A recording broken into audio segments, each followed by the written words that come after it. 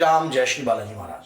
शायद आपको पता नहीं है प्रतिदिन देवी कवच का पाठ करने से आपके साथ क्या होने लग जाएगा। अभी आप शायद इसके गुड़ रहस्य को जानते नहीं है। देवी कवच का जो भी माताएं, जो भी बहनें या जो भी भाई प्रतिदिन देवी कवच का पाठ करता है, दुर्गा कवच का पाठ करता है, उसके साथ कुछ ऐसा हो सकता है जो उसने कभी कल्पना भी नहीं किया होगा। ऐसा क्या होगा, आज की वीडियो में आपको पूर्ण जानकारी प्राप्त होगी। अगर चैनल को सब्सक्राइब नहीं किया तो सब्सक्राइब कर दीजिए, और ताकि आने वाली हर वीडियो की नोटिफिकेशन जो है आप तक सही तरीके से पहुंच जाए। तो क्या होता है कि देखो, देवी के पाठ में तो ऊर्जा है, इसमें संदेह आप कर नहीं सकते हो। प्रतिदिन अब बात हो जाती है यहां पर प्रतिदिन की।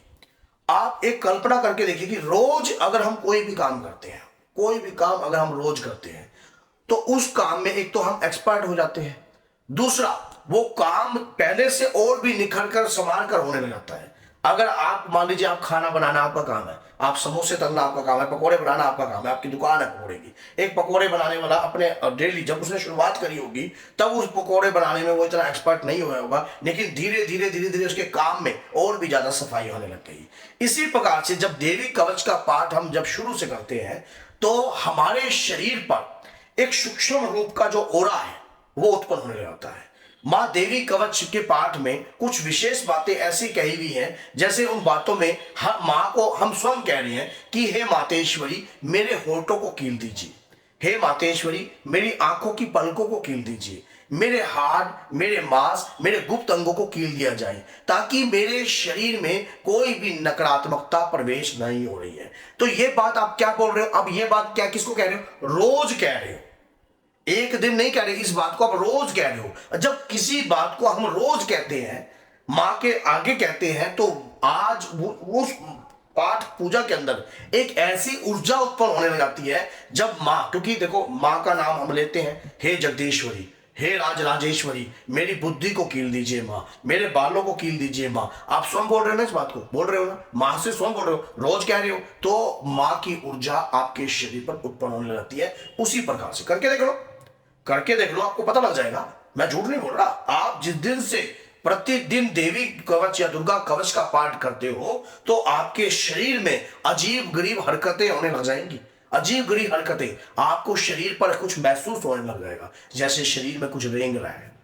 पहले तो ऐसा महसूस होगा, फिर पाठ करते करते आपको एक क्रोध और पसीना भी उत्पन्न हो सकता है, आपको एक गुस्सा उत्पन्न होगा। हे जगदेश्वरी, हे मातेश्वरी, मेरे बाहों को कीजिए, हे मातेश्वरी, मेरी बाहों को कीजिए, हे मातेश्वरी, मेरी बुद्धि को कीजिए। आप जैसे जैसे जैसे जैसे पाठ पढ़ोगे वैसा वैसा आपके शरीर में ऊर्जा उत्पन्न होगी। वो ऊर्जा आप रोजाना उत्पन्न करते हो, डेली। धीरे धीरे जब एक पकोड़े बनाने वाला, समोसे बनाने वाला, खाना बनाने वाला या कोई भी काम प्रतिदिन करने वाला व्यक्ति एक्सपर्ट, मानो बेहतरीन होने लग जाता है, एक्सपर्ट होने लग जाता है, तो आप क्यों नहीं होगे? आप भी तो उसी प्रकार से कार्य करोगे ना, जब आप जो है इस प्रकार का कार्य कर रहे हो। जब धीरे धीरे धीरे धीरे आप देवी कवच का पाठ करना शुरू कर दोगे, रोजाना करने लग जाओगे, तो शरीर पर एक ऐसी ऊर्जा का वास आपके कंटिन्यू बनने लग जाएगा जिस ऊर्जा को आपको पहचानते नहीं हो। और यह देवी कवच आपके शरीर में एक ऐसा कवच का काम करेगा, अगर बाहर की नकारात्मकताएं आपके शरीर में प्रवेश करने से पहले 100 बार सोचेंगी।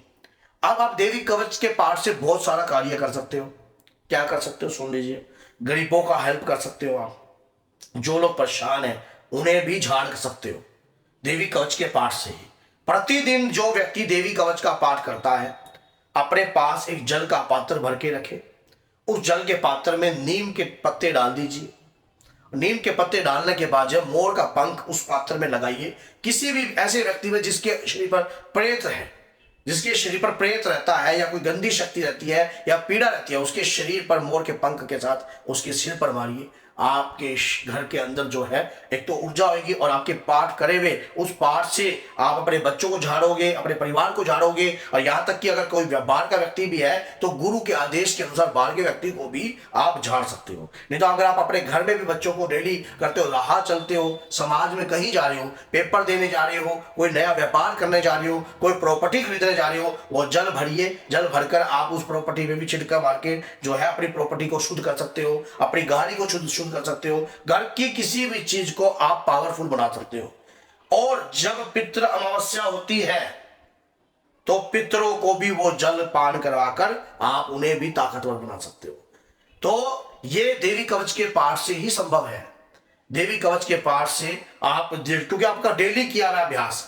अब एक भक्त ने, आप इस बात से अंदाजा लगा लीजिए, एक भक्त ने अपने जीवन के 5 वर्ष तक लगातार देवी कवच का पाठ किया है, रोज किया, डेली किया, एक दिन भी छोड़ा नहीं है।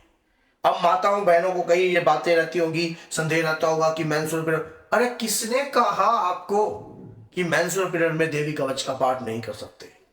किसने कहा? आप अपने, आजकल तो मोबाइल हाथ में, मोबाइल में देखकर आप कुछ भी बैठकर पढ़ सकते हो। आजकल तो मोबाइल आपके हाथ में है, तो देवी कवच की फोटो का पाठ, और कोई ज्यादा बड़ा लेंथी तो ना होता, ये दो पेजों का तो पाठ है सिर्फ, तो उसके दौरान 2 या 3 पेज होंगे। तो इस प्रकार से जो है आप मोबाइल में अपने रखो, और जहां भी आप जिस भी क्षेत्र में जा रहे हो, अब किसने कहा कि इस पाठ में बंद कर ही बैठना जरूरी है?